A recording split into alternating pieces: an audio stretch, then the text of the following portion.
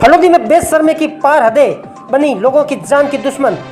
गाइडलाइन की लक्ष्मण रेखा लांघकर खुल रही अस्वीकृत दुकानें और प्रतिष्ठान। पुलिस और प्रशासन की कोशिशों के बावजूद नहीं समझ रहे लापरवाह दुकानदार।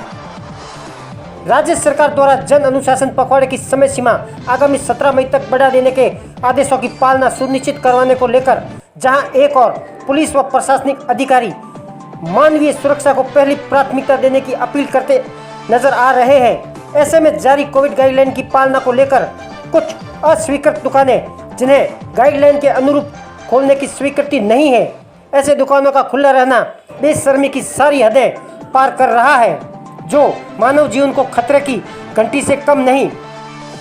आज हम अपने चैनल बेबाक न्यूज के माध्यम से फलोदी दर्शन करवा रहे हैं, जिसमें कुछ बेशर्म दुकानदार जानबूझकर अपने स्वार्थों के चलते मानव जीवन को खतरे में डाल रहे हैं, साथ ही पुलिस और प्रशासन को धोखा देने की कोशिश कर रहे हैं, लेकिन शायद वो यह नहीं जानते कि वो पुलिस और प्रशासन को नहीं, खुद को धोखा दे रहे हैं।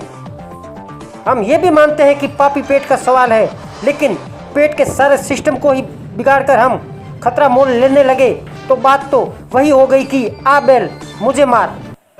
यानी इन अस्वीकृत दुकानों के खुले रहने से ये तो साफ जाहिर हो ही रहा है कि कोई कितनी भी सख्ताई कर ले, बस हम नहीं सुधरेंगे।